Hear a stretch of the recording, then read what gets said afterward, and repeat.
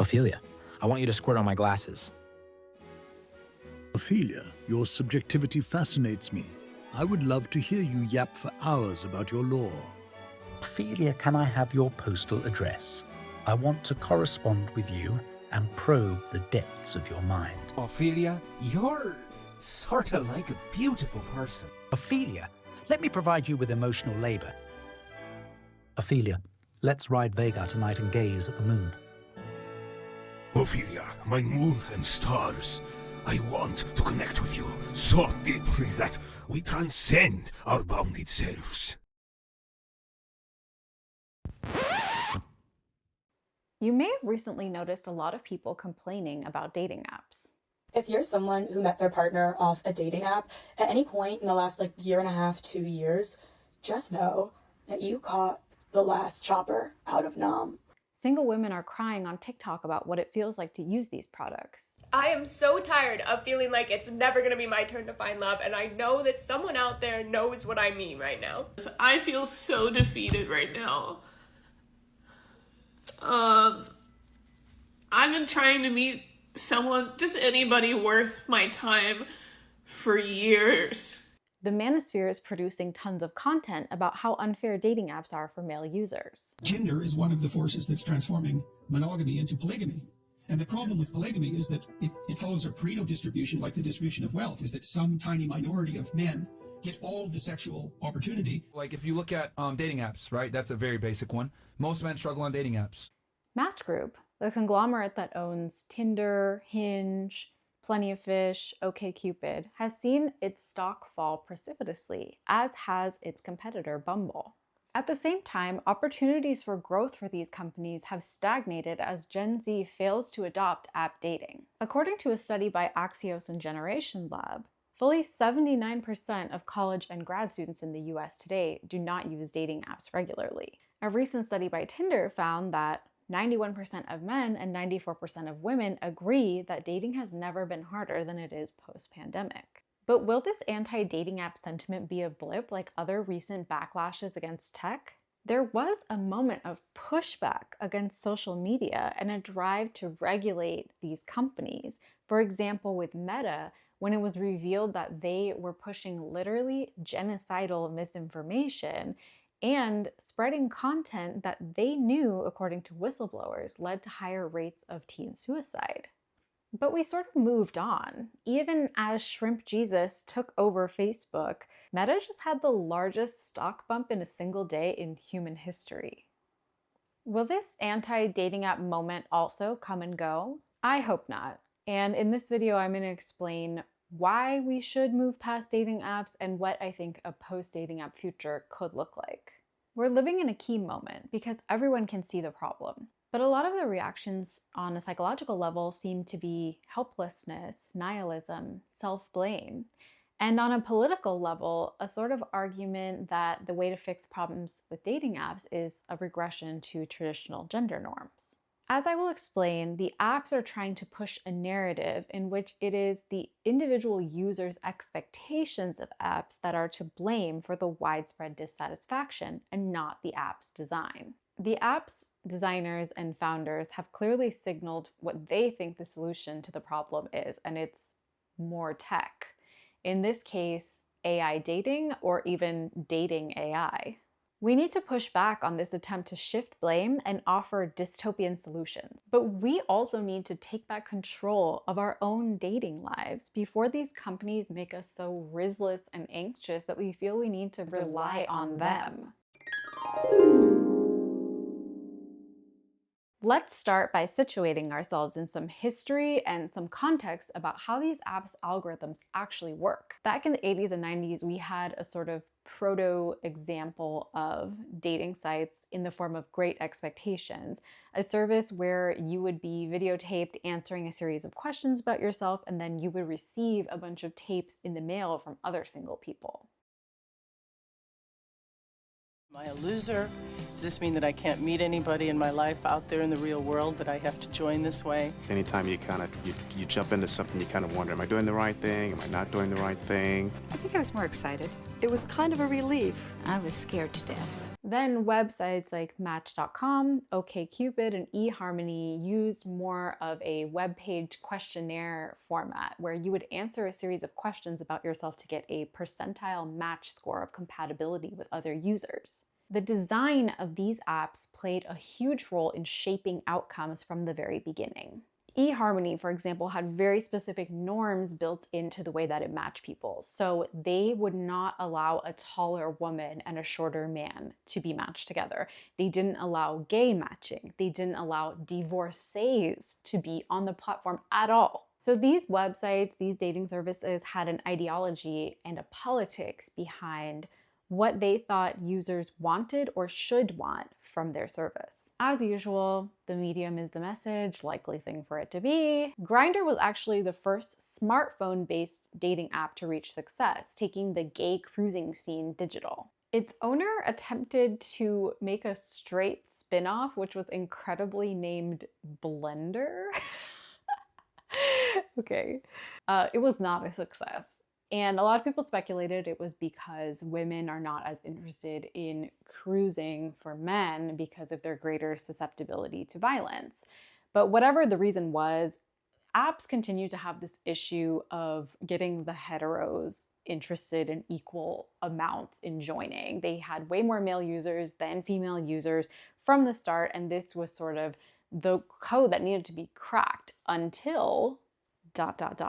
In 2012, Tinder finally figured out how to get women to join the app, and their marketing strategy was really around going on college campuses in the fraternity and sorority world where hookup culture was already quite popular and accepted, and getting fraternity guys and sorority girls to join their app. And once they had these very sort of elite people in society, people who are going to elite schools, who are attractive and young and usually wealthy on their app, they sort of just spread from there. It became a little bit more aspirational once it was associated with this group of people. So it's actually a marketing genius. So Tinder ended up really catching fire and becoming the main dating app that people flock to, and still is the #1 dating app to this day.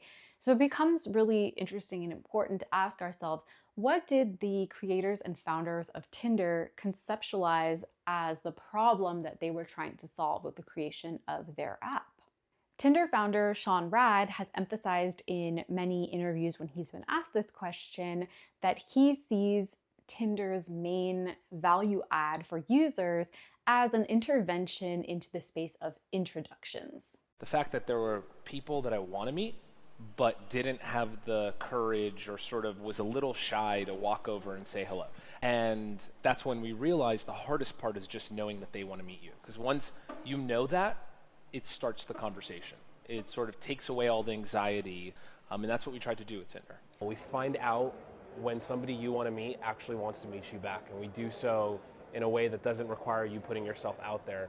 First of all, we don't look at ourselves as just a dating site. You know, we're about connecting people, making introductions. So, I just wanted to get the gang together early in my tenure to say, yo. Jonathan Badeen, the inventor of the swipe and another co-founder of Tinder, has explained the purpose of the app this way. Because, you couldn't go back and see the people that rejected you. Hopefully you wouldn't remember them. We wanted it to be a little bit of that fast experience because, that was yesterday and there's no way of seeing them again. Take note of this concern with rejection anxiety. We will come back to that. So the way that these men conceptualize of the product that they are selling is a combination between being introduced to many more people than you would normally have access to, but also some level of psychological shielding from the anxiety that would normally be provoked by approaching people. But I want to say, meeting someone IRL is a far cry experientially from what it's like to meet someone on a dating app. We're going to talk about this a little bit more later, but Tinder's marketing really accuses women of being inappropriately nostalgic for the meet cute, for meeting people at a party or through friends of friends. But what this ignores is there is significantly more subtle social information that is communicated when you meet people in these ways. And this includes information about safety that you could really never gather from a cold open message on a phone screen. Goffman suggests that when two people are co-present, they exchange two types of information, the one they give and the one they give off. The information they give off, despite their best intentions, so to speak, is very much dependent on the ways in which they use their body, their voice, their eyes, their body posture. From this co-presence arises a special kind of mutuality. That is, it is a mutuality in which we adapt ourselves subtly to another. It is a practical knowledge, non-conscious knowledge of sociability, which is incompatible with cognitive propositional knowledge. The internet obviously disturbs or contradicts, if you want, the kind of semi-conscious practicality of sociality that we make in concrete interactions by giving precedence to cognitive, propositional, formal, verbal, text-based knowledge. The cringy scene in Pride and Prejudice in which Mr. Collins approaches Mr. Darcy at a party, even though they've never been formally introduced, shows the role that introductions played in social life historically. Is that Mr. Darcy of Pemberley in Derbyshire? I believe so. I must make myself known to him immediately. He's the nephew of my esteemed patroness, Lady Catherine. Mr. Collins, you will consider it an impertinence. Mr. Darcy? Mr. Darcy? Mr. Darcy? It was considered an impertinence for Mr. Collins to introduce himself to Mr. Darcy because an introduction was considered a vouching for and an endorsement of you by another person and not something that you could do on behalf of yourself. This is the Regency era version of somebody basically saying they with you. Vouching for yourself has no meaning and comes with no guarantee. Introductions in Regency England also came with responsibilities, such as the responsibility that you would always acknowledge a person that you had been formally introduced to if you saw them in public forever after. To say that the fuckboy does not shoulder this responsibility is an understatement. So we've transitioned from a network of accountability to a landscape of anonymity. And just like anonymity on other online platforms, it can sometimes encourage behaviors that we would not engage in if we were embedded in social context. It has to be mentioned, and it's probably not going to come as a surprise, that the guys who created Tinder are actually just super bro-y. Sean Rad was bragging about how supermodels were begging to sleep with him, but he was too smart for them and he's only attracted to women who are intelligent. And he was like, what is that called again? Isn't that sodomy? I think you mean sapiosexuality, but okay. He doesn't know what sodomy is, okay? He's a fucking dumbass. Brad and another co-founder, Justin Mateen, wouldn't give Whitney Wolfe Herd, the founder of Bumble, any credit for coming up with the name Tinder, for all of her contributions. They said it would be embarrassing to have a girl founder and that for her to claim to be a founder would be slutty of her. Okay. We also have app engineers at other apps like Badoo and Bumble naming their software updates after porn stars. So this is the kind of environment that these apps were designed in, and it's a tech bro environment. Eventually, Whitney Wolfe Herd got very fed up with dealing with all this sexism, and a great schism occurred when she broke away from Tinder to found Bumble. She broke away from sexist Tinder to found Bumble with Russian oligarch Andrei Andreev, who is a noted misogynist, so make it make sense. Whitney was marketing her app as a feminist app because women had to make the first move. Historically, men made the first move. She's flipping the script. But is that not just an extension of the dream of the boys at Tinder, that you would never have to be unsure of whether a woman's interested in you? If women make the first move and the women who don't just disappear, it makes rejection a lot less salient. So when the woman is the one making the first move, he's complimented. He feels flattered on the other end versus in this state of how do I get her to respond? Appease that toxic masculinity away. Or, as Wolf Herd put it, empower women in dating. Now, just to be clear, although the design of these apps was intended to make rejection less salient, I don't think it succeeded because a lot of people get on these apps and experience just complete radio silence, and that feels like rejection as well. And then we come to Hinge. The original concept behind Hinge is that it's going to introduce you to people in your own social circle. A hinge is something that connects nearby objects, and this hinge would use your social media contacts to connect you with people a few degrees of separation away from you on the social map. Think of it as the people that your friends would introduce you to if they weren't so busy or lazy.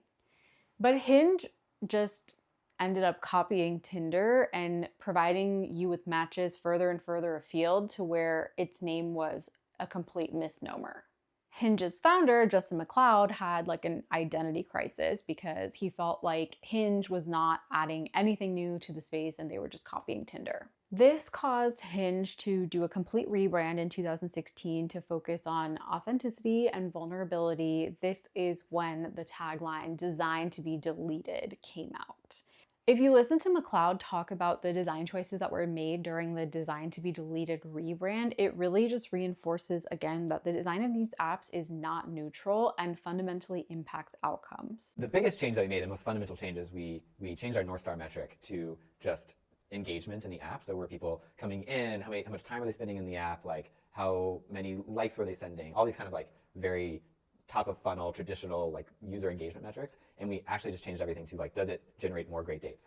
We introduced the We Met feature where we asked people whether they went on a date or not, and then when we released features from then on, it was all about, did you actually go on a good date or not? And so it just led to a whole host of different design decisions as a result of focusing on the end user outcome, which is great dates. McLeod also talks about in this interview that they changed the metric from time spent in app, basically how much attention you were giving Hinge, to whether or not you went on good dates with people that you met through Hinge, which kind of makes you wonder why that ever would have not been the metric, but okay.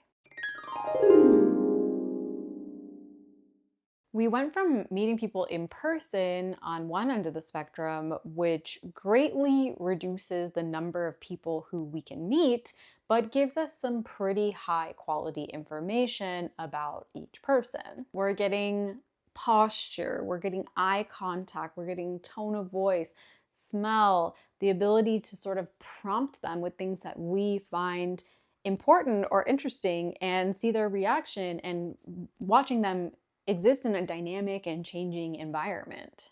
You want to call it riz, game, energy, vibes, aura, whatever you want to call it. We're getting all of that. It may be the way someone lights a cigarette in the wind, tosses her hair back, or talks on the phone. These are the things that we pay attention. Cognitive psychologists call this the signature of a person. These are very small things that mark and characterize a person.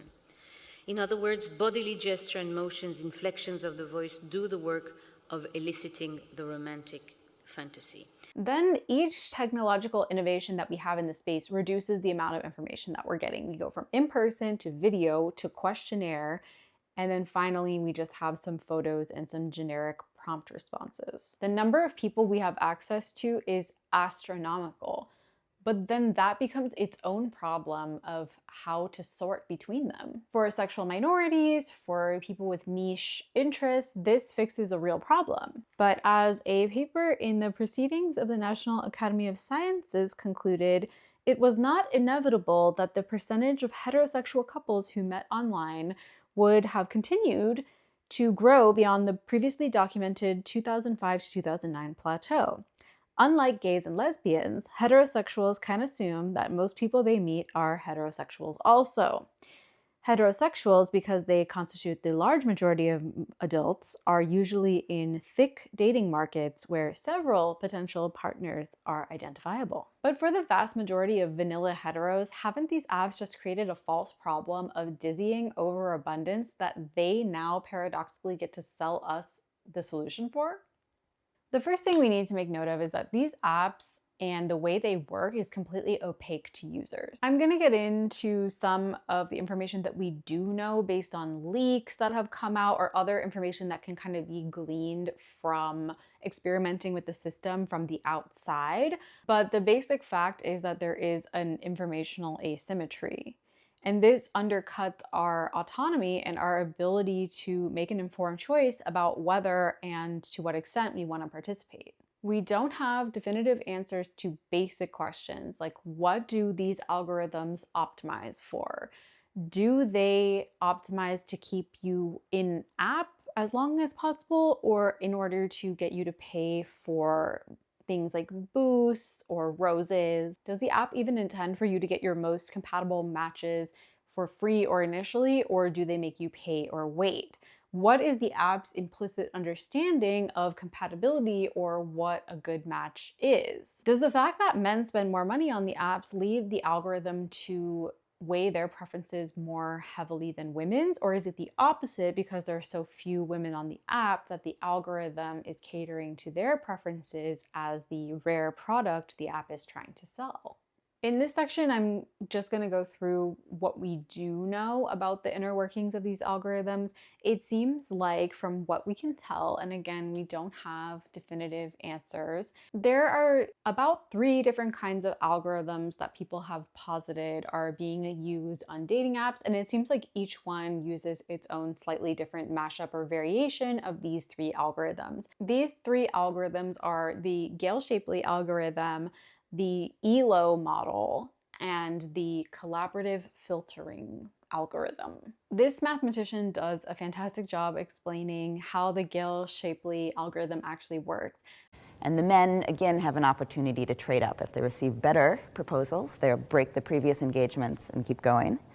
And then the claim is that this stops at some point. And furthermore, once this algorithm stops and the final engagements are stable in the sense we discussed. But the key point is that it's a closed system. It's based on ranked preferences of each potential match in that system. And the app's definition of success is stability, the situation in which no 2 people would mutually leave their partners to trade up and be together. This is actually really similar to what happens on Love Island in the first coupling, when the women step forward and then the men choose from the people who are interested in them. And actually, Love Island is like an extended version of the Gale-Shapley algorithm, where the producers essentially run different versions of this algorithm by adding in new bombshells, and people have repeated opportunities through the recouplings in order to try to trade up for somebody that they think would be more compatible with them. The difference, though, between this and how the Gale-Shapley algorithm works in the abstract is that the contestants on Love Island actually have an opportunity to get to know each other better, so it doesn't go off of a ranked list of preferences at one particular point in time, but the preferences may shift with new information.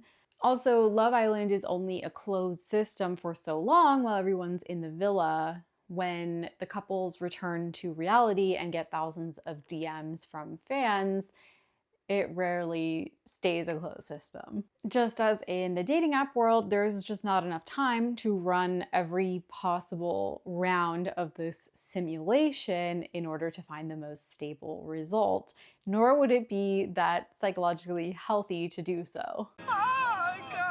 No, she's not. You are a liar, actress. Now I don't give a shit about you. If You asked me to be your girlfriend. You asked me to be your girlfriend. But even in the idealized math world of the Gale-Shapley algorithm, the end result is just that everyone is paired up into a stable couple such that they couldn't do better. Is this really our goal? Not that everybody will be happy, but just that they will all be coupled up. Also, I thought all these Silicon Valley bros were in polycules now anyways. You know, the kind where everyone should have a ranking of their partners, people should know where they fall on the ranking, and there should be vicious power struggles for the higher ranks. The reasons why the matches on Love Island are not stable are also reflected in the dating apps.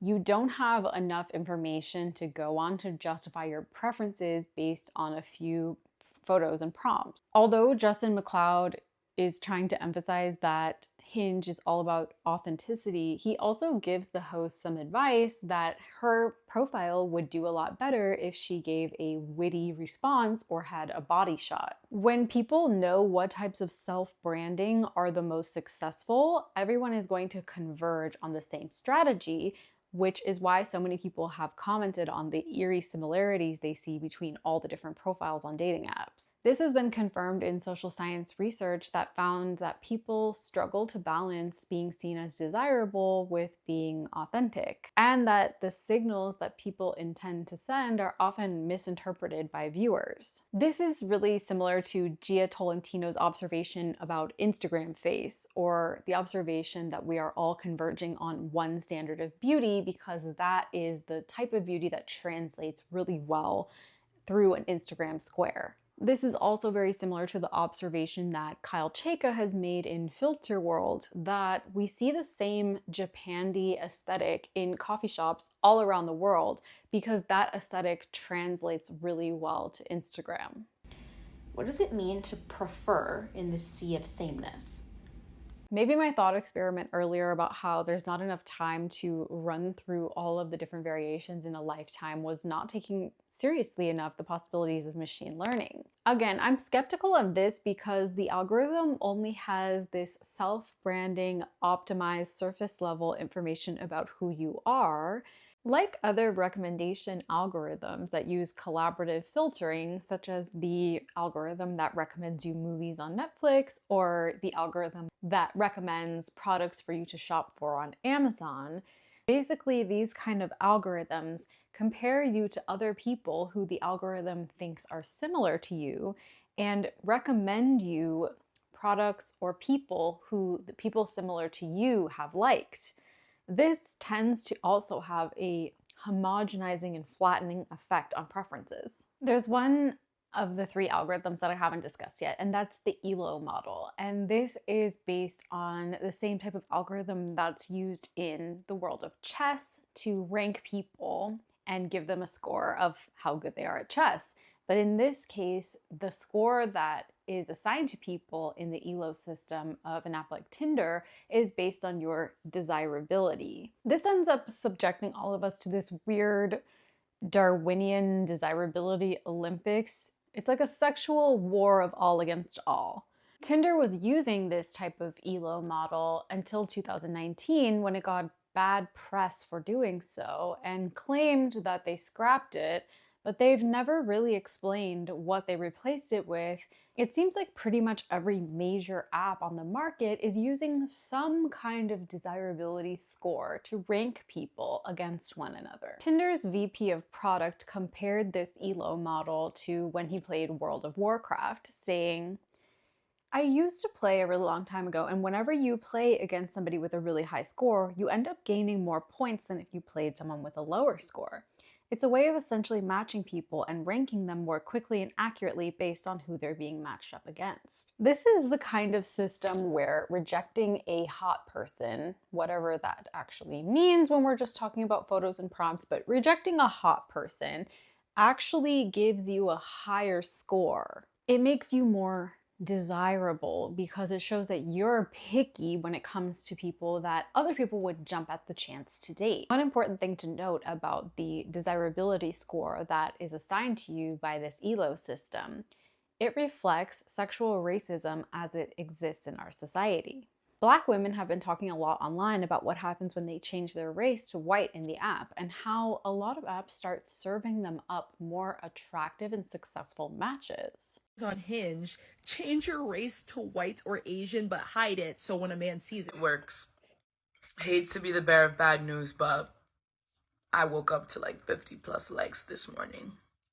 These more successful and attractive matches even included Black men who had been hidden in their rose jail, or the place on Hinge where they keep people that they think that you would be attracted to and make you pay to interact with them. So on Hinge, they put all of the most attractive people behind this rose jail. So if you want to get to them, you have to pay, which is also inherently cringy, being like, oh, I spent $1.99 because I want to get in your pants. Okay, thanks, Hinge. Digital Whiteface freed the hotties from rose jail. But why? Is it because the app associates being a Black woman with lower levels of desirability, or because it's allowing paying users to filter out Black women?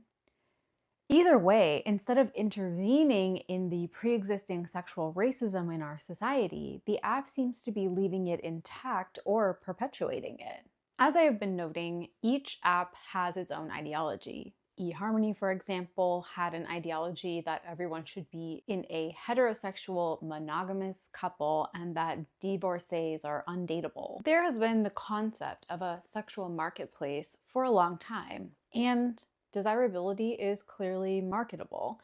But the conceptualization of dating as a consumer good, or as the sexual world as a marketplace and a commodity, is something that the dating apps subtly encourage.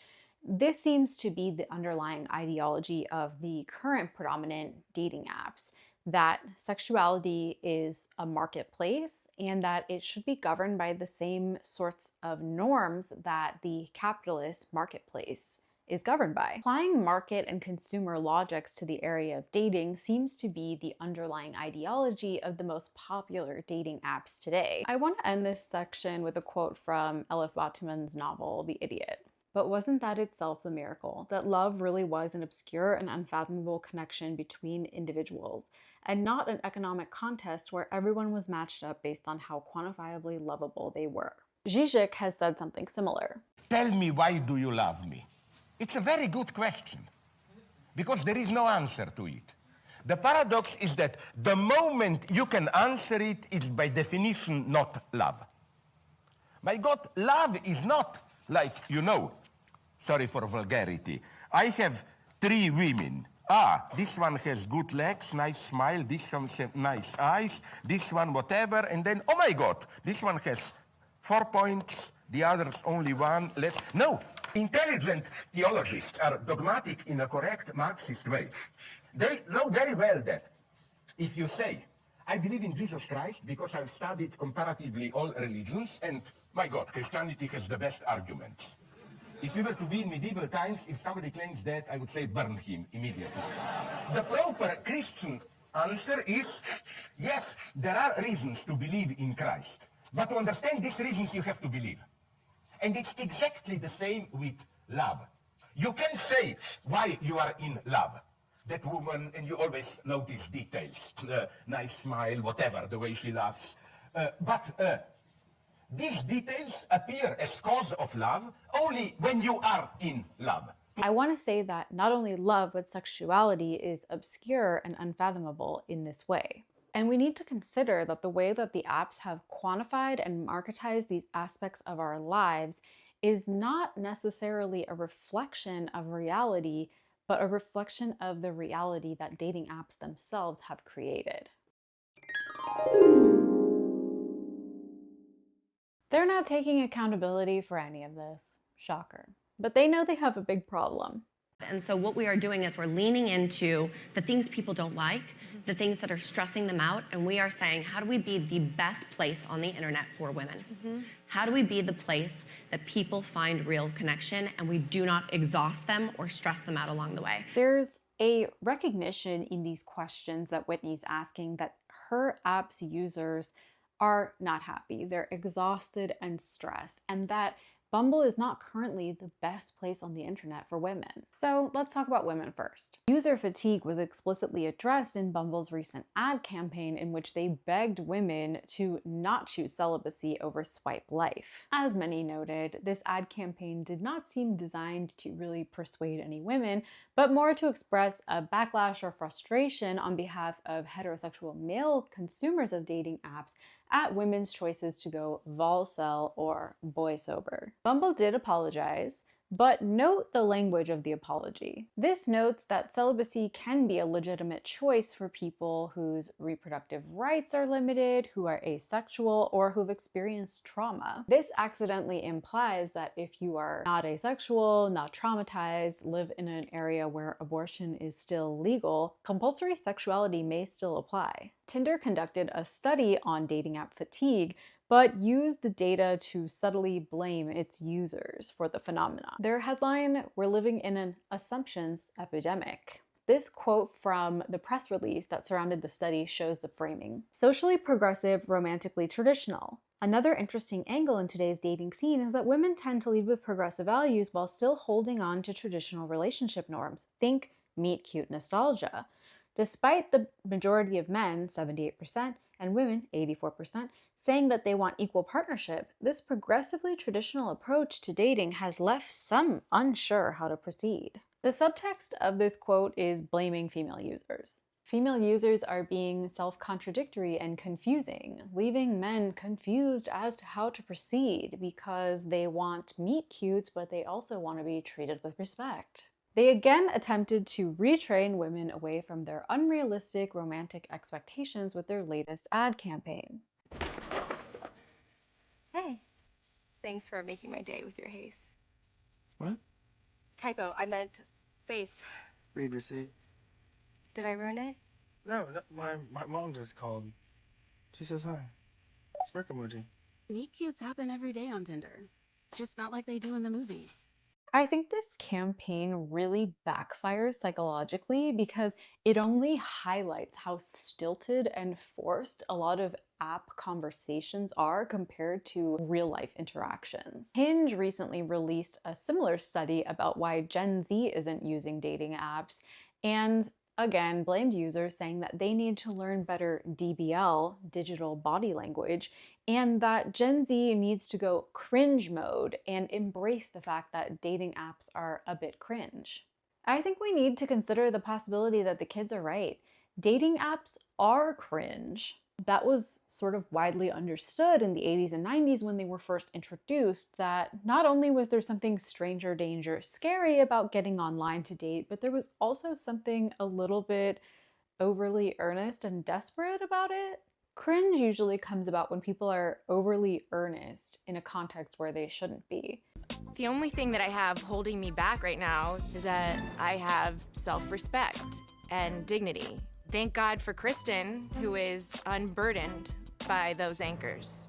And I'm going to go ahead and say that entrusting your dating life to a major corporation is a touch gullible and arguably cringe. Like, trying to get people to like you in a very explicit way where you're putting up an ad for please like and date me, there is something cringe about that. There is. With respect to all these examples of dating apps trying to tell us that we need to try harder and develop new sets of skills like learning DBL in order to get the results that they've promised us, this is the signature move of any grifter. Whenever something doesn't work for you that the grifter's trying to sell you, they say that you are the one who needs to try harder. It's never the fault of the system. It's never the fault of the grifty product that they're trying to sell you. With respect to men, apps have kind of remained silent in the face of a lot of online discourse about how apps don't work for men. Whereas with women, apps have really explicitly tried to convince or coerce women into using their product. With men, they have kind of just allowed this narrative that has proliferated online about what app data means about men and women's sexualities or men and women's essential natures, and they have said basically nothing about it. And an interesting example of this is an interview that one of Hinge's engineers, Aviv Goldgeier, gave that Hinge has since tried to scrub from the internet, which you really can't do. In this interview, Goldgeier says that the biggest challenge men face on apps is the burden to initiate, and that men end up sending 3 times more likes or first messages than women do. He also cites a study from a Medium article by a blogger called Worst Online Dater that seems to be the source for a lot of the discussion that's blown up around this issue. Worst Online Dater did a admittedly small and unscientific study using only 27 female online daters and concluded that the Gini coefficient for the online dating economy of likes for men is more unequal than some of the most unequal countries in the world. And for those who don't know, the Gini coefficient is essentially a way of just representing in one number the difference between the rich and the poor in a country, the level of inequality in one country. So Worst Online Dater seemed to have been inspired himself by an earlier study that was conducted by OKCupid on its own internal data that was widely misinterpreted online to support the principle that online dating adheres to a Pareto principle, meaning that 20% of the top men get 80% of the attention. So amazing YouTuber Munecat has already broken down this study and already debunked that interpretation of it. Please go watch her video on this. But it's important to note that the study actually found that even though women thought that 80% of men were less than average attractiveness, they still disproportionately messaged those men because physical attractiveness is not as important to women as it is to men. Psychological studies in general have a serious replication crisis and are not to be taken without a grain of salt. But there does seem to be a trend among most papers that have studied this topic to find that men are more shallow when it comes to physical appearance than women are. But there is some evidence that both sexes are becoming more shallow over time as our culture becomes more image focused. OKCupid's study actually found that men only message and reach out to the most attractive women. Nevertheless, this study somehow entered the cultural zeitgeist as showing that women are unfairly choosy and picky.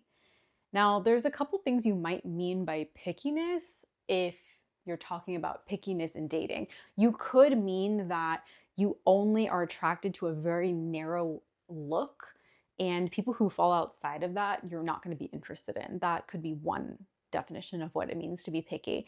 And then there's another definition of pickiness where given any, pool of people, you're only going to be attracted to a small number of those people.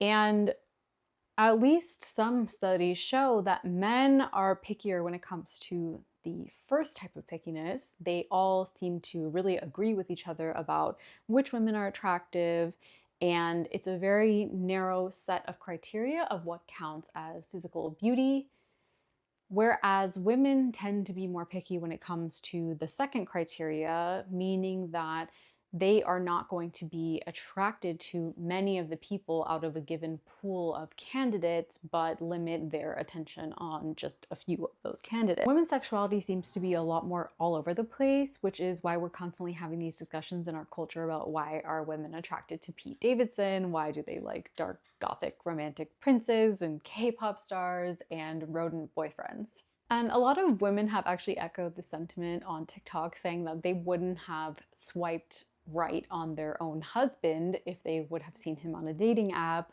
or just generally that it takes more than a dating app profile for them to grow attraction for someone. A lot of the components of dating apps are just so superficial because I genuinely am such a surface level person on first match. You don't hit everything, all those points, I'm not gonna like you. Most of the men I've ever dated were from dating apps, and they were the worst ones, but they were the most beautiful ones. But the guys that I met, either through mutuals or in regular life, they weren't as attractive, but they were so much better.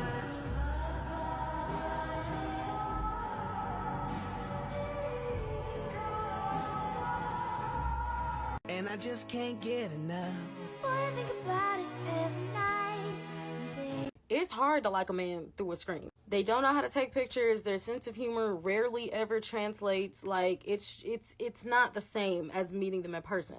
I remember one time a couple of years ago, I was like 21, I think. I went to a music festival and I ended up meeting this guy and we hit it off really well. I had the biggest crush on him for the 30 minutes to an hour that I knew him. And at some point in that conversation, he was like, "You look really familiar." And I was like, "He kind of looked familiar too." Turns out we had both seen each other. At that point in time, I was on Tinder. We had both seen each other on Tinder. And he was like, "Yeah, I swiped on you, but you didn't swipe me back." So I said, "Let me see your profile." I looked at his profile and I was like, "Yeah, I would never swipe on this profile. I know exactly why I did. These pictures are hideous. The bio was completely empty. I would never go for this." But meeting him in real life, I'm obsessed with you. Like, the energy just does not translate through the screen. It's a lot easier to say no to a man when you're looking at him like reducted. Like, this is not really him. This is him trying to sell himself. So another way of interpreting this data when it comes to gender and choosiness is to say that when in a study or in an app, the only information that's given to men and women is essentially some photos and some basic information about status, and that's all people have to go off of, men tend to essentially choose all of the women who fit into their definition of what physical attractiveness is, and women have this reaction that's more like shrug. I don't have enough information to go off of, so I don't really find any of these people attractive because female sexuality doesn't really work like this. These apps were not designed by or for women. Going back to the history portion that we went over, a lot of the designers of these apps were themselves men. The founders who had the vision for what the product would be were also themselves men, and a lot of their goals in designing the app were to deal with problems that have to do with initiating and rejection anxiety that are mostly faced by men. So when it comes to designing an app that fits with how female sexuality tends to work, it's not really that surprising that it doesn't do that. Okay, so to recap, OKCupid came out with the 80-20 Pareto principle thing, and then Worst Online Dater claimed to have replicated it with his sample of 27 women, and then Aviv Goldgeier, the engineer at Hinge, came out in an interview and said that he had replicated the Gini coefficient finding on his internal data at Hinge. Again, this means that they're all claiming that things are super unfair between the most attractive men and the least attractive men on dating apps. So just a few more observations about these conclusions and some aspects that may be missing from the analysis. A lot of these people are not discussing the huge gender imbalance of user base on any of these platforms. They tend to be like 3-to-1 male to female on the largest apps. Most apps hovering around like 70% male users, 30% female users. I mean, you can see these really dramatic data sets that seem to show that women get tons of attention on dating apps and men get none at all. Okay. Or a very small percentage of men get all the attention. And part of this is just that the operational sex ratio on these apps is extremely skewed. Imagine you go to a party and it's almost entirely men, right? At that party, most men will not get any attention from women. Right. That's just a natural consequence. Right. There's also a statistically significant difference between men and women in whether they're seeking a casual or long-term relationship, which impacts the liking and messaging strategy that you're going to employ. The perceived inequality in match rates is actually caused by the extreme difference in female versus male user base rather than excessive selectivity by female users. The lower match rate for men is primarily a mathematical consequence of there being many more men than women on apps. This gender imbalance also means that women have to take on a lot more of the screening work of sorting through potential matches. Unlike female users, male users tend to view dating apps as a numbers game, just going through and liking every profile that they see in order to up their chances of matching with someone. But this strategy deflates the value of the signal sent by liking someone and artificially inflates people's like and message numbers. Expectations of an equal percentage of match rates are just mathematically not feasible in this context, and ignore the number of profiles that apps actually allow you to engage with in one day. Also, the sort of just human constraints of how many apps and profiles you can engage with in a given day. Many ex-employees of apps have also claimed that the apps themselves turn a blind eye to female bots and scammers or inactive profiles being left up on the app in order to inflate the perception that there's more female users so that men will pay for the apps. There's no real solid data on this, but it's estimated that about 1 in 10 dating app profiles are fake, and catfishing in romantic profiles is a $700 million a year industry in the United States alone. Even though we are in 2024 and we're supposed to be past all this, available data shows that to this day, women who pursue men, send a like, send a message, are still perceived as less desirable, more promiscuous, less worthy of a serious relationship, and more desperate. And obviously, there are safety considerations that women have to factor in as well. It's been a demand of the feminist movement for decades that women should be able to initiate without fear of social judgment or violence. But somehow, despite all of this, the narrative that has emerged is that women are overly choosy because they don't send likes and messages equally as much as men do on apps where they're outnumbered 3 to 1. It's a really strange interpretation of the data, and I just wanted to point that out because I don't think that any discussion of the issues that male online daters face is complete without considering these factors. But that's not to say that the fact that it's a huge sausage fest is not a total bummer, and that the experience of being on the apps when it is such a sausage fest is horrible. Even though apps are not specifically pushing the narrative that women are overly choosy, it's yet another narrative where they're let off the hook. I think we should be extremely skeptical of the idea that what goes on dating apps is a reflection of essential human nature or deep facts about gender norms. What goes on apps tells us a lot more about the app's business models, and men and women should be united together in opposing a system that makes everyone unhappy.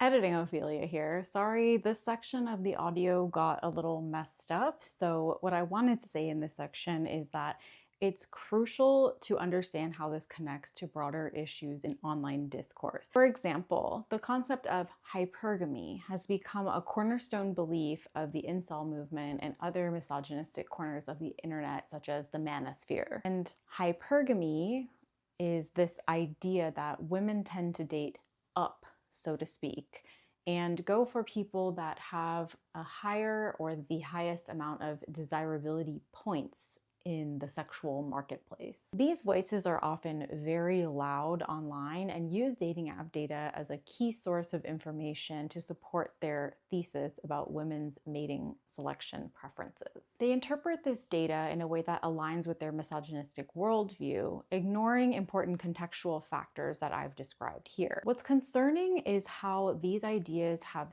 seeped into more mainstream discourse, with people interpreting dating app data as revealing natural preferences rather than recognizing how apps themselves might be shaping these preferences. So if you apply the Gini coefficient to online dating, it's got the same Gini coefficient as income inequality in Venezuela. So mating inequality is greater than income inequality in Venezuela. This misinterpretation of the data has real-world consequences. Because there are fundamental flaws in the designs of these apps that are keeping people lonelier than they need to be, a sort of hot take radical interpretation is that the poor design of these apps is fueling dangerous movements such as the incel community. By failing to account for the complexities of human attraction, and particularly the complexities of female sexuality, these apps may be exacerbating social issues and reinforcing harmful narratives. So as I mentioned at the beginning, these apps are now wading into this sea of misery and desperation and offering yet another grifty solution, AI. This AI will date for you idea has been a wet dream of the dating app execs for a long time now. Here is Tinder founder Sean Rad waxing poetic about Siri planning a date for him at a moment's notice. I think, this might sound crazy, but in 5 years' time, Tinder might be so good that you sort of have a little Siri might be connected to Tinder, and you're like, hey Siri, what's happening tonight? And the Tinder voice might pop up and say, there's someone down the street that we think you're going to be attracted to, Sean, and she's also attracted to you, and you guys have a lot of things in common, and guess what? She's free tomorrow night, and there's this, we know you both like this indie band, and it's playing, would you like us to buy you tickets? And you have a match. So sort of Tinder would do all the work for you. It's a little scary to think that that will happen, but I think it's inevitable. So this has still not happened in the intervening 7 years since he said this, but since telling an AI story about the future growth of your company is how you get investment right now, they have continued to spin this narrative about how dating is going to become effortless, in contrast to all the fatigue that we are currently experiencing because of them. But it's going to become effortless because AI is going to date for you. If you want to get really out there, there is a world where your dating concierge could go and date for you with other dating concierge. No, truly. And then you don't have to talk to 600 people. It will go scan all of San Francisco for you and say, these are the 3 people you really ought to meet.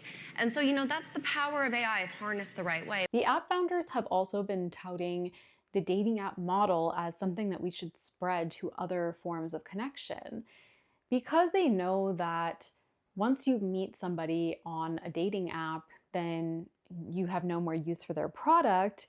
They are trying to expand the market and turn themselves into a human connection platform. Very importantly, community. We will not be a dating app in a few years. Dating will be a component, but we will be a true human connection platform. Why do we need a human connection platform? Isn't forming connections one of the most fundamental aspects of our humanity? How can that possibly be sold to us?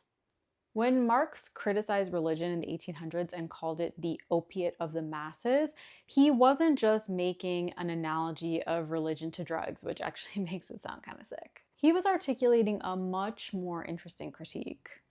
He was pointing out that religion posits God as the maximal expression of all good things, including kindness and beauty. But these are actually our human traits. And all of the miracles attributed to God, like making wine, healing the sick, making a heaven or a utopia, those are our human capabilities if we really tried. Criticism of religion has plucked the imaginary flowers on the chain, not in order that man shall continue to bear that chain without fantasy or consolation, but so that he shall throw off the chain and pluck the living flower. This is why the current trend of outsourcing our human capacities to technology is just as liable to become an opiate of the masses. In the heady rush of techno-optimism, we don't notice that we're being de-skilled. This is a much larger trend, as the economist Daniel Markovits has pointed out in his book, The Meritocracy Trap. He describes the change that we have seen from mid-century to now, starting with many jobs requiring a variety of skills and knowledge and being paid accordingly, to our current system, which concentrates skills and knowledge into the hands and brains of an elect few of management consultants and algorithmic engineers. This leaves the rest of the workforce to do rote, menial, and low-paid labor. The result is more efficiency and growth, but at the cost of the dignity that comes from exercising mastery and autonomy in our own work lives. In his interview with Ezra Klein, Markovits gave a few examples that I want to explain here just to make this a little bit more concrete. He first talks about a mid-century loan officer who would have needed to have a lot of knowledge of market conditions as well as be entrusted with a high level of decision-making in order to determine who in the community was loan-worthy. In accordance with the skill and knowledge required for this job, it was a middle-class job that could support a family. Now the job has been completely stratified. There are a few algorithmic engineers and financial consultants at the very top that make decisions about what constitutes loan worthiness, and they automate that so that the people at the bank level who are actually handing out these loans are really just entering data. Similarly, Markovits talks about being a London cab driver, which used to require obtaining the knowledge, which was basically just a deep understanding of where everything in London is and the best way to get from point A to point B. This is a relatively sophisticated and hard-won set of knowledge. But today we have Uber and Lyft, and an algorithm tells drivers where to go. So cab driver is no longer a middle-class job for this reason, but you can be sure that the people who design the algorithm are getting paid a fabulous salary. From the perspective of the capitalists, this situation is fantastic because they've now de-skilled the labor force, which makes their jobs lower paid, more precarious, and lacking in the kind of social prestige that can be leveraged in social movements. Philosophers like Shannon Valor have argued that technology is causing a similar de-skilling in the area of ethics, moral de-skilling. She gives 3 main examples in her work.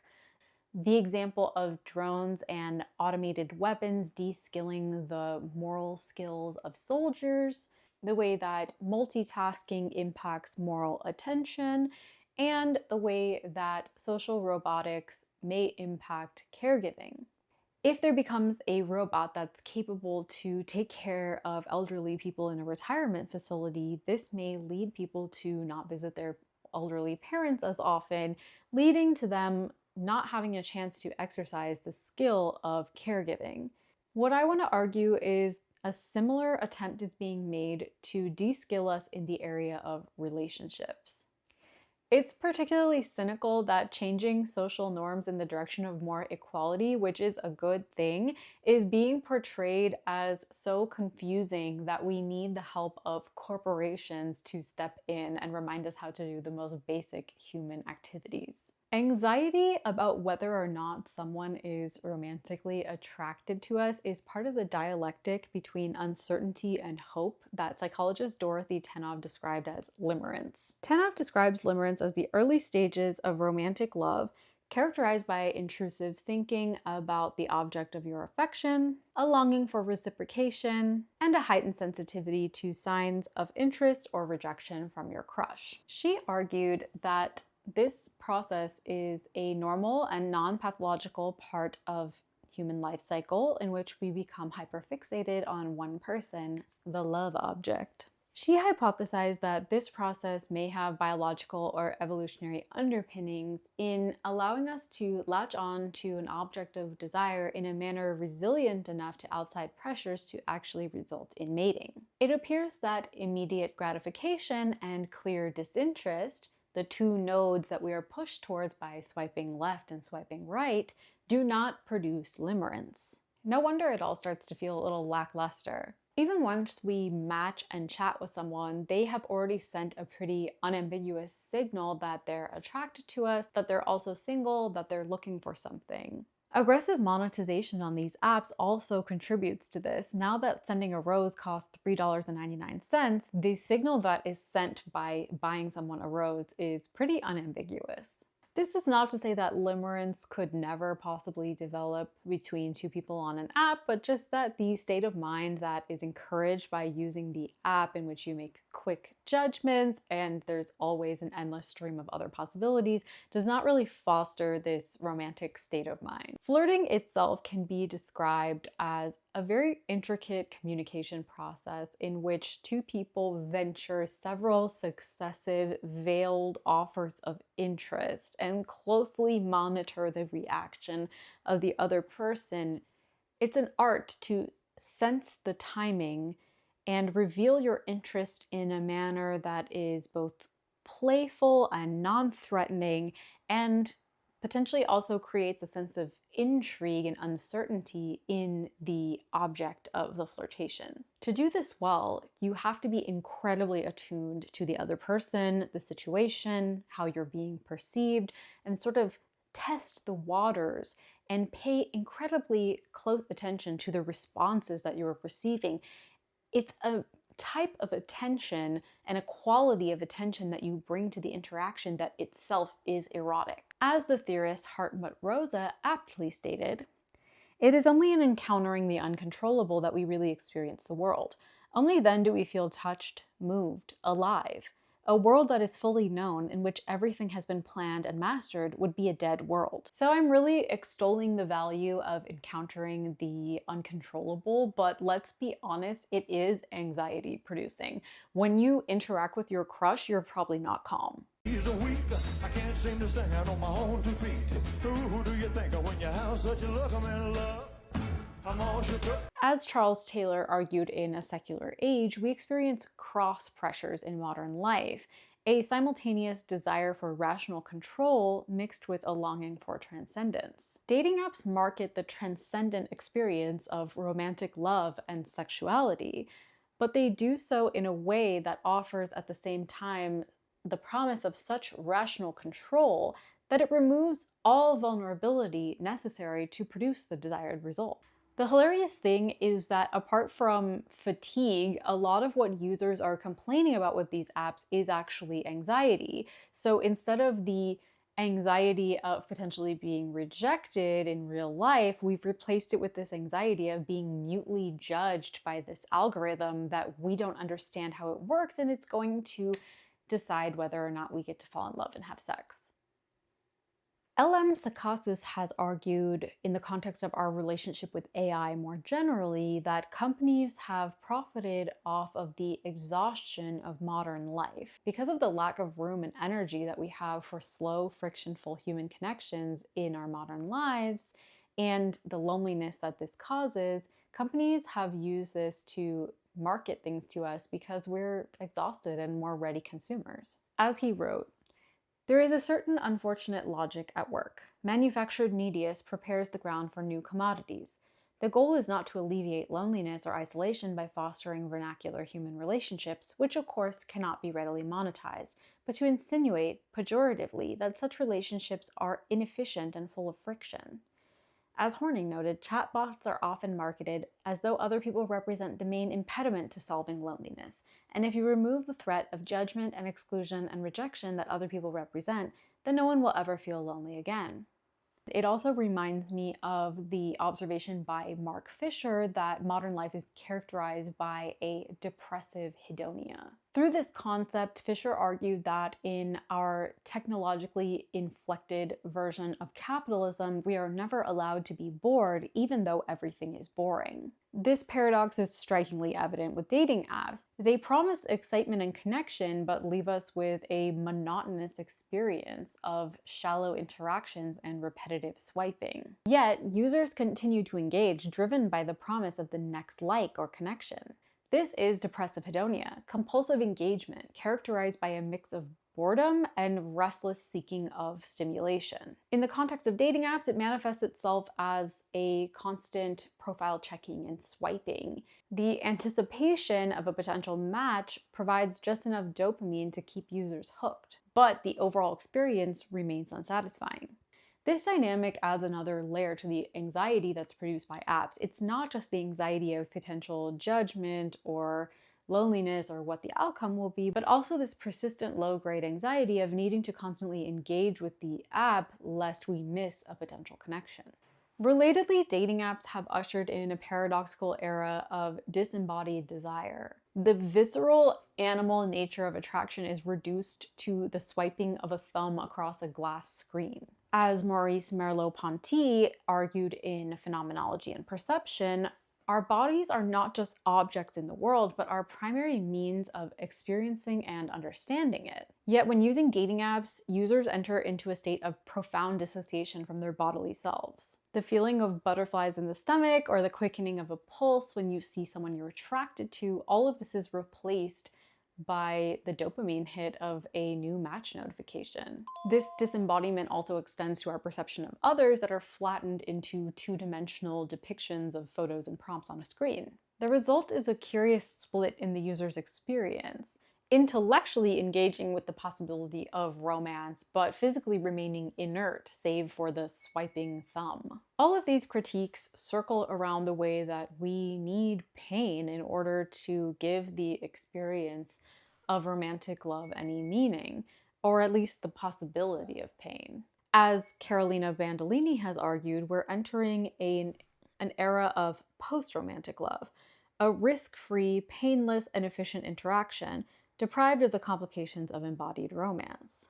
So if a knight, a courtly knight in the 12th century, talked about his pain as something that was sometimes even delightful and pleasurable, it was because pain could be recycled, so to speak, into the idea that the self, the masculine self, was enlarged, aggrandized, strengthened by his capacity of suffering. Now today we don't live in a culture. Secular culture is one that does not deal well with suffering, in the sense that there is no place, there is no room for suffering. In contradistinction to Christian cultures, in which there is a lot to do with suffering. You can cycle it in all kinds of positive ways. In utilitarian cultures, where you should strive for pleasure, suffering is not of much use. And in addition, people who suffer today suffer in a different way because it is their sense of worth that is deeply affected when they suffer in love. So they're not going through some rituals of suffering to prove their character to themselves, as in the past. This was one of the functions of romantic suffering. It was to prove to yourself your character. Today it is experienced as utterly useless suffering. Other critics of techno-optimism and techno-solutionism have compared the trends that we're seeing in technology to digital enclosure. Mark Andreevich is the scholar who made the analogy with enclosure, which was a very important moment historically in Marx's analysis, because it's the moment when land, which had been held in common that the peasants could use to subsist on, was fenced in, enclosed, and called the private property of the capitalists.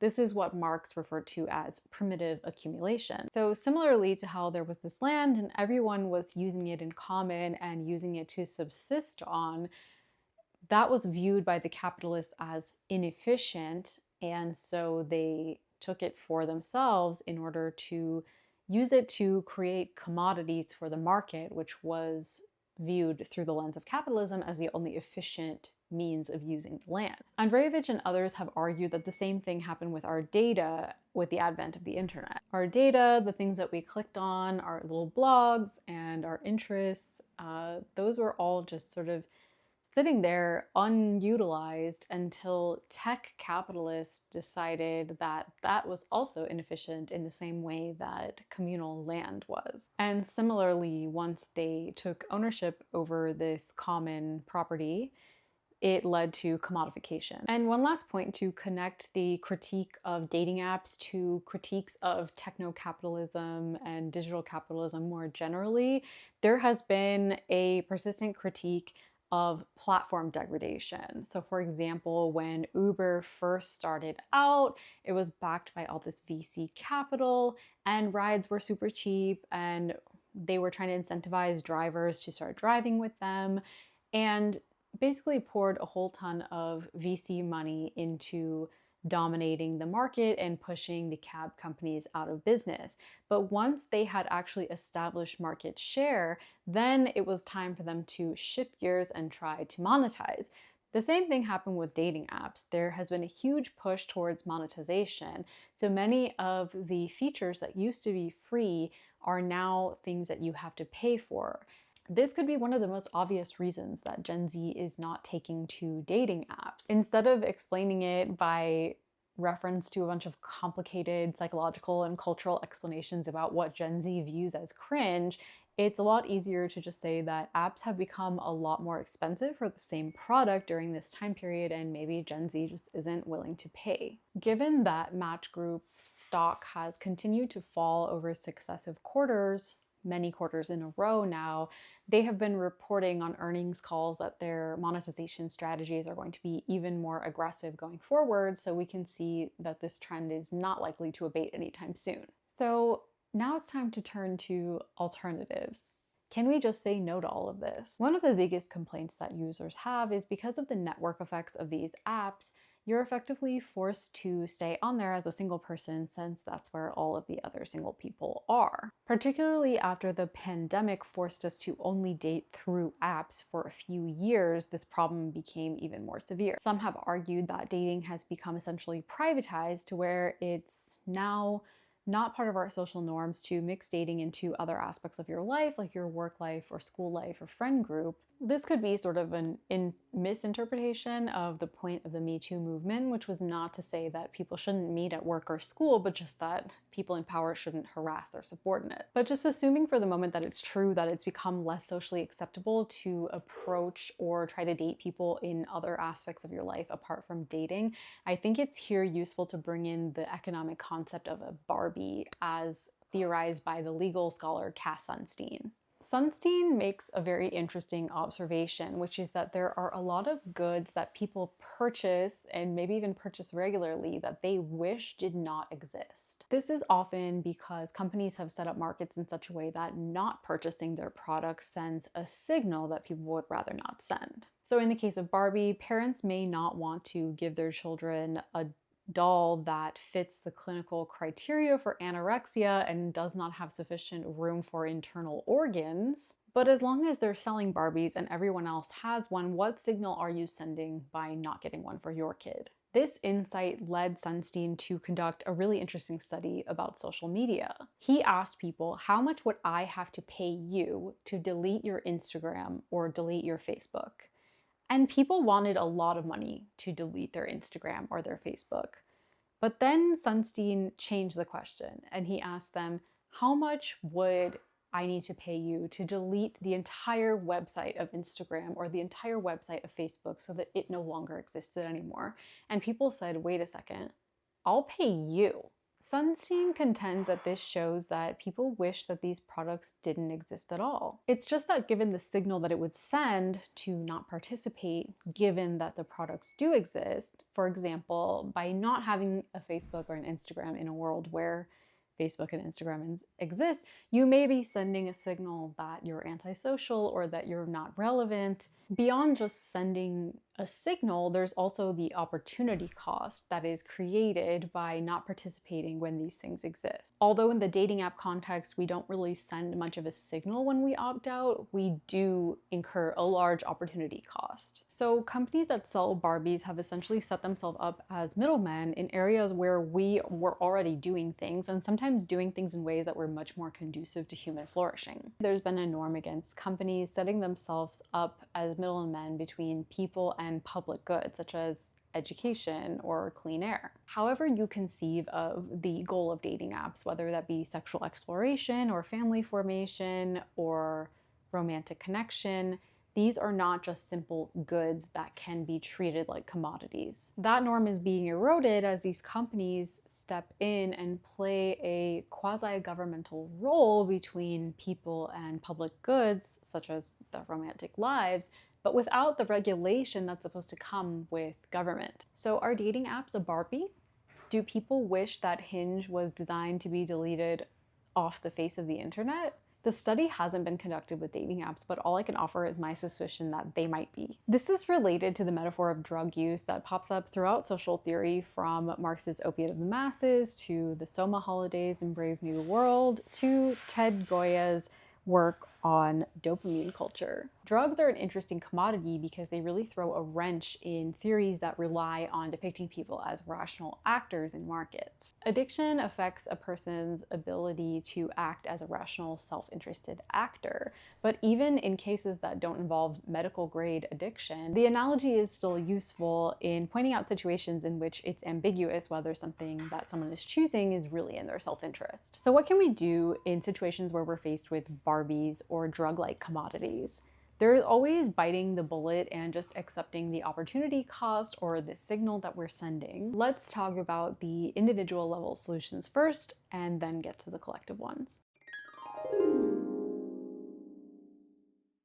Do we really believe that dating apps are so amazing, or that our social norms have changed so drastically that simply spending the time that we currently spend on apps, instead meeting up with people and doing our own hobbies in person, wouldn't lead us to meet people faster or who are more compatible? And wouldn't that make us happier in the meantime? I'm also not really convinced that we need some kind of AI to teach us how to flirt or to matchmake for us. Maybe some kind of pro-social alternative to pickup artist culture is part of the solution, but remember, peacocking is never the answer. On the individual level, there has been a lot of talk recently about the possibility of decentering romance in our lives. And there are feminist versions of this in hetero pessimism and lesbian separatism. There are incel versions of this, such as men going their own way, and there are people for whom this is actually a part of their identity, like asexual and aromantic people. And there's probably enough there to talk about for an entire separate video, but I think it's important to just talk really briefly about a Marxist feminist critique of the centrality of romance in our lives. The Marxist feminist analysis would posit that our current cultural system really ideologically promotes, without sometimes providing the actual material resources to support, the formation of nuclear families. The nuclear family is sort of the most safe or compatible human formation that fits with the current social structure. Other coalitions and groupings, from just integrating the elderly back into our familial units, or as radical as organizing all the tenants in a city, are not the most efficient way of just reproducing the workforce. The nuclear family is the unit that provides that role of the highest possible efficiency, especially where people can be convinced that both partners in the nuclear family should be working while the woman also provides uncompensated care and reproductive labor in the home. And the more that we sell people on the idea that their identity and their recognition as persons depends on entering into a unit of this type, the more that people will make incredible personal sacrifices in order to do so. And these efforts leave people exhausted and devoid of the energy to form other kinds of communities that could be the basis for collective power. So if by decentering romantic love we mean criticizing or questioning some of the foundations of this ideology, such as that a person's worth or their recognition as a person is dependent upon entering into a nuclear family, or that we will only be able to find love and care within that formation alone, or that other types of relationships, particularly like friendship and solidarity, lack the same kind of meaning or importance. But if what we mean by decentering romantic love is that we can't be crush havers and boy crazy and hopeless romantic, then that's just boring. Sexuality, flirting, romantic love, these are legendary sources of joie de vivre and encounters that can shift and move us. On the DIY or collective level, people are setting up a lot more speed dating and in-person dating events as a backlash to dating app culture. Many of the institutions that we rely on to meet people's basic needs were started by people taking care of their own communities, like rape crisis centers and domestic violence shelters, or programs to feed needy children. Many of these programs, after activists started them as DIY self-help, were co-opted by governments or private forces, and then often face steep funding cuts and other changes to their services once they left public hands. But these types of movements can still form a lot of inspiration for us to take collective control over things that collectively impact us. Several governments have actually started their own dating apps in order to combat falling birth rates, including Iran and Japan. Some philosophers have argued that government-sponsored dating apps are a great alternative because they don't have a profit incentive.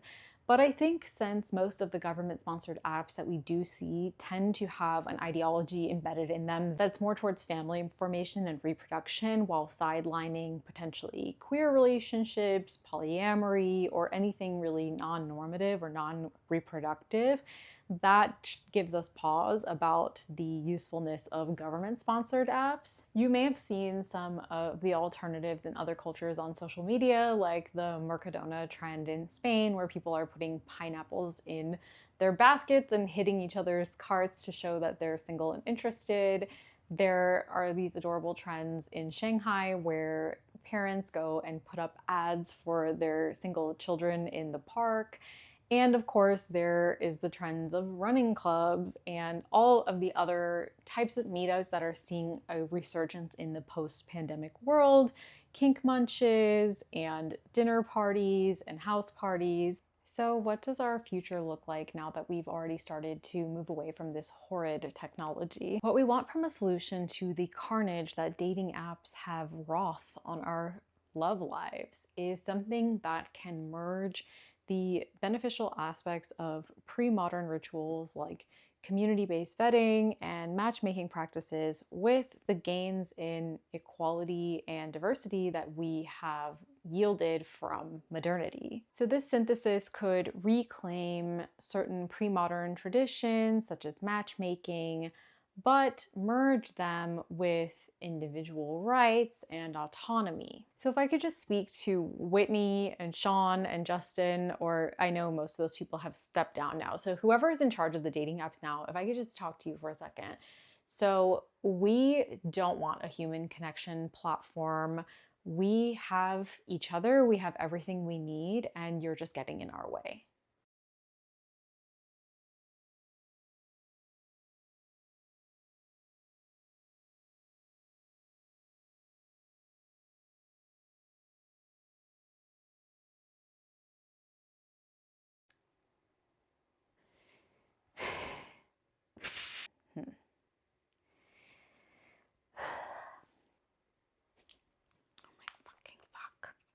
I'm never gonna do this one right. By fuck.